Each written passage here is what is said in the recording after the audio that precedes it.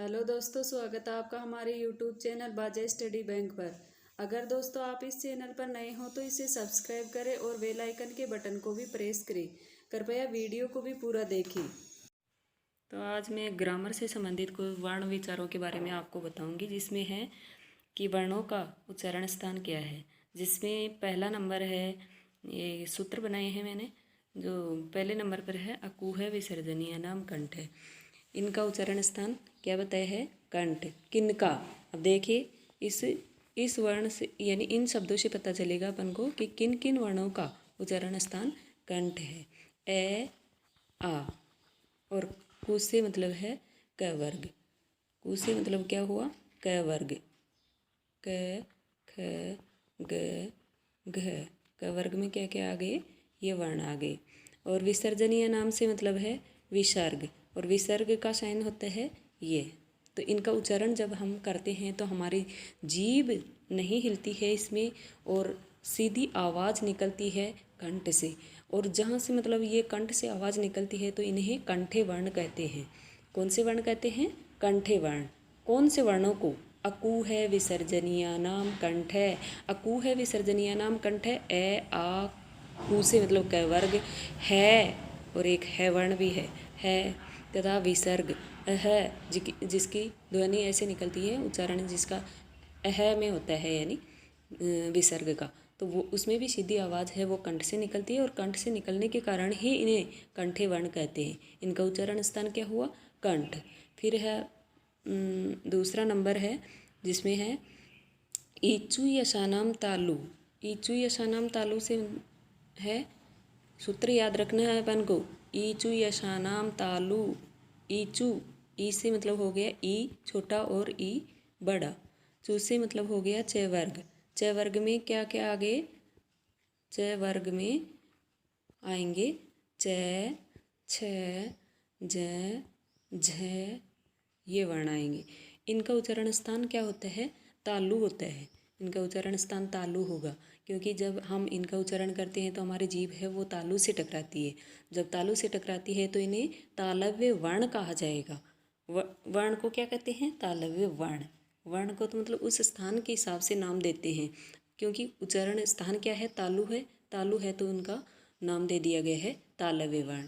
फिर है ना, लेकिन इसमें ये याद ध्यान रखना है कि इन सूत्रों को कंठस्थ याद करना पड़ेगा, नहीं तो फिर गलत हो जाएंगे। फिर नेक्स्ट नंबर है अपना, जिसमें दिया हुआ है ऋतु रसाणाम मूर्धा। री टू, री में ऋषि वाला री, टू से मतलब है ट वर्ग। ट वर्ग में कौन कौन से आ गए? देखो, इस जो बीच वाला आएगा ना वर्ण, उसमें आएगा उस वर्ण का वर्ग, उस वर्ण का वर्ग होगा। तो ये टू है, टू का यानी ट वर्ग। ट में आएगा ट, ठ, ड, ढैण, और श षटकोण वाला श। ऋतु रसाणाम मूर्धा।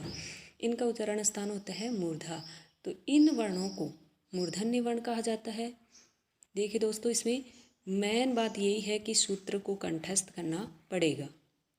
सूत्र को क्या करना पड़ेगा? कंठस्थ याद करना पड़ेगा। ऋतु रसाणाम मूर्धा। री टू रसाणाम मूर्धा। इनका उच्चारण स्थान होता है मूर्धा। तो इन्हें मूर्धन्य वर्ण कहा जाता है। ऑप्शन जैसे क्वेश्चन आता है कि इस वर्ण का उच्चारण स्थान क्या है, तो इसमें मतलब तालु, कंठ, मूर्धा, ऐसे ऑप्शन दिए हुए होते हैं। तो ये सूत्र जब अपन को याद रहेगा तो अपन एकदम सही कर सकते हैं। तो सूत्र को याद रखना होगा। फिर है 4 नंबर। 4 नंबर में है लृतु लसानाम दंता। लृ, लृ और तु से मतलब है लृ, तु से मतलब हुआ त वर्ग। त वर्ग में त, थ, द, ध और न। और आपको भी मतलब ये हैं सूत्र जो लिख लेने से चाहिए मेरे साथ साथ ही, क्योंकि मैं धीरे धीरे आपको बता रही हूँ, इतनी देर में आप लिख सकते हो। लृतु लसानाम दंता। लृ टू लसा नाम, लृ वर्ण है इसका। टू से मतलब हो गया त, थ, द, ध, और स वर्ण। इनका उच्चारण स्थान क्या है? दांत। क्योंकि इनका उच्चारण जब हम करते हैं तो हमारी जीभ है वो दांतों से टकराती है। जब ये दांतों से टकराती है तो इन्हें दंते वर्ण कहा जाएगा। कौन से वर्ण कहा जाएगा? दंते वर्ण। इसलिए ये इनका उच्चारण स्थान दांत और इन्हें दंते वर्ण कहा गया तो ये दंते वर्ण है। फिर है अपना 5वां नंबर। 5वें नंबर में देखिए दोस्तों क्या है? उपपद्यमानिया नाम ओष्ठो। ओष्ठ, ये ओष्ठो भी मतलब सूत्र में ओष्ठो लगा सकते हैं या फिर ऐसे भी बोल सकते हैं अपन। उपपद्यमानिया नाम ओष्ठ, यानी ऊ और पू से मतलब हो गया, ऊ में तो ऊ दोनों आ गई। पू से मतलब हो गया पू छोटा और बड़ा, तथा पै उपपद्यमानिया नाम, सॉरी इतना ही है, यानी प वर्ग। तो इनका उच्चारण जब हम करते हैं तो हमारे ओठों की आकृति कुछ ऐसी बनती है, यानी गोल बनती है, या होठ हैं जो होठ हिलते हैं या एक दूसरे से टच होते हैं। बिना होठों के हिलाए हम प वर्ग का उच्चारण नहीं कर सकते। न ऊ का और छोटे ऊ तथा बड़े ऊ का भी उच्चारण नहीं कर सकते, क्योंकि होठ हैं उनमें आगे निकलते हैं तथा इनकी आकृति थोड़ी गोल गोल बनती है।